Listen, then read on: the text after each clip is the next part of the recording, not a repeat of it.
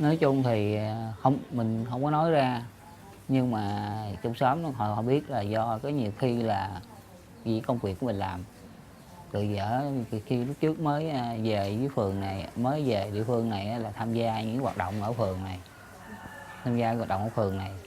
Thì lúc tham gia những hoạt động ở phường này thì họ có thể họ hình dung ra được, với lại họ cũng biết mình là một người sử dụng ma túy mới cai nghiện về.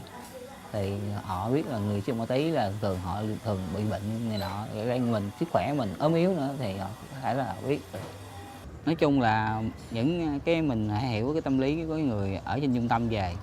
Thường ở cái trung tâm về đó là những người ở trên trung tâm về bao nhiêu năm trời rồi. Họ xa lánh cái môi trường xã hội. Họ xa lánh cái môi trường xã hội.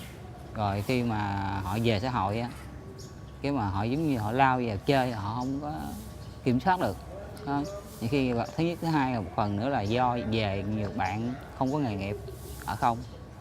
Như ở trên trung tâm về mà về xã hội không biết ở không thì gặp bạn bè xấu rủ rê nọ lôi kéo.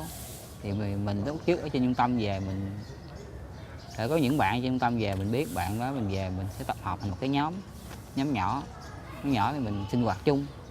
Đó, mình có những cái buổi nói chuyện về sinh hoạt HIV, dã ngoại hay nọ mình tham gia sinh hoạt cho các bạn đỡ đi cái thời gian. Còn như ngoài điểm nóng như khi mình đi trên đường á, trong cái khu vực mà mình quản lý á, mình thấy cái địa bàn đó mình biết cái điểm đó có những người mà sử dụng họ có tụ tập tới đó.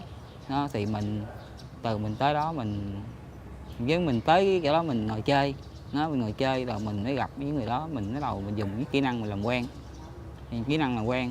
Nói chung tự mình là người đồng đẳng mình cũng đã từng hiểu qua người ta sao rồi. Mình bắt đầu mình giả bộ, tới ví dụ đi mình gặp cái người đang ngồi ví dụ tới đặt câu hỏi mình hỏi thăm vu vơ nói ủa bạn biết thằng Tứng, thằng Tèn rồi thằng Tí, thằng Tèo ở đây không? Đó mình hỏi vậy đó. Xong xuôi rồi mình hỏi nó thôi cái là nó ví dụ mà đúng không đúng nó không biết. Cái mình mới hỏi ủa nhìn bạn thấy quen quen ta, hình như là đó bạn có ở trung tâm này hay trung tâm kia nữa, tự mình biết người đó là người sử dụng rồi. Đó, rồi từ từ đó mình nói chuyện những cái câu nói của mình qua lại thì họ biết như là mình là giống như họ. Thì bắt đầu hỏi thăm qua lại rồi làm quen. Đó là cách kỹ năng tiếp cận lúc đầu. Cái người ta mới chuyển trường về á, là họ sử dụng nhiều khi họ có chơi họ chỉ kính, họ chơi trong nhà người ta, họ chưa ra mấy cái điểm nóng này nọ. Đó thì mình tiếp cận trong gia đình người ta hoặc là tiếp cận từ lúc người ta chưa sử dụng luôn. Chứ không phải là người nào sử dụng mình mới tiếp cận. Có những người mà mình về mình cảm thấy người ta là đã từng có hành vi sử dụng rồi giờ người ta cai về mình tiếp cận người ta tham gia những cái nhóm đó, thì mình tiếp cận tại nhà. Còn khi mình ra công viên, điểm nóng công viên là điểm đó là những người đang sử dụng họ ở đó, đang ở đó thì mình phải tiếp cận một cách khác nữa. Đó là tiếp cận kiểu mà giảm nguy cơ. Đó, cũng như khi mình biết là bạn nó chơi, nó ủa về chơi lại lâu chưa? Đó mình mình hỏi gì chơi lại lâu chưa? Bắt đầu mình khai thác hành vi liền. Mình mới chơi lại mấy tháng nay rồi. Hỏi rồi chơi nặng hay nhẹ, rồi hỏi vậy nọ. Rồi nói ví dụ bơm kim tiêm sao, mua ở đâu? Hoặc là nọ, hoặc là nếu mà không thì mình phát người ta.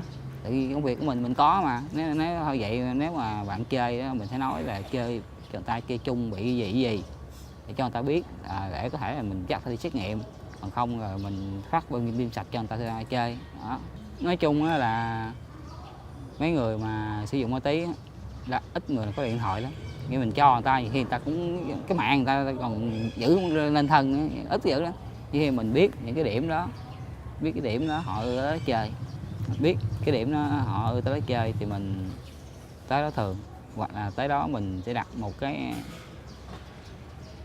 mình kêu một cái bao mình để góc nào á, đó là mình để những cái bơm kim tiêm đó, những anh em nào có cần sử dụng tới đó lấy. Hoặc mình biết cái người nào mà ưa thường ở đó, như là một cái người đàn anh thủ lĩnh đó, mình đưa cho người ta. Rồi người ta sẽ đưa mấy người kia.